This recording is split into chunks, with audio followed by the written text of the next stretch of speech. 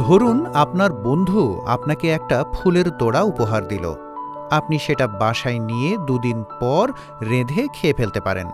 না, এটা কোনো আজগুবি গল্প নয়, এটা বাস্তব।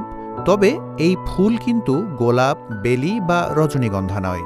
এই ফুল হল হলুদ গোলাপ বাঁধাকপি। সম্প্রতি চীনের গুইঝৌ প্রদেশে উদ্ভাবন করা হয় এক অদ্ভুত বাঁধাকপি, যা দেখতে একেবারেই গোলাপ ফুলের মতো।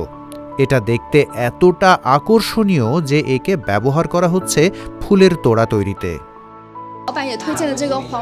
দোকান মালিক এই হলুদ গোলাপ বাঁধাকপি ফুলের তোড়া নিতে বলেছিলেন।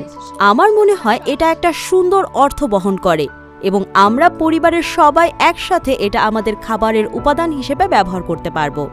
গত বছর প্রায় ২০০০টি হলুদ গোলাপ বাঁধাকপির গাছ পরীক্ষামূলকভাবে রোপণ করা হয়।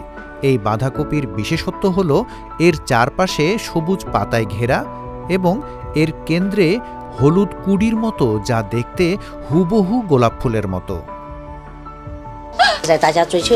আজকাল মানুষ আচার অনুষ্ঠানে এই ফুলের তোড়া নিচ্ছে, আর এই বাঁধাকপির ফুল অপচয় হবে না।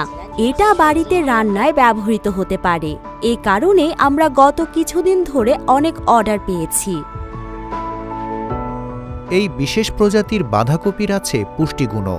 সাধারণ বাঁধাকপির চেয়ে প্রায় ৩ গুণ বেশি ভিটামিন সি এবং দুধের তুলনায় প্রায় ৬ গুণ বেশি ক্যালসিয়াম এতে রয়েছে। তাই প্রিয় মানুষকে উপহার দিন এই বিশেষ ফুলের তোড়া, যা পেলে মন ও শরীর দুই থাকবে সুস্থ ও ফুরফুরে।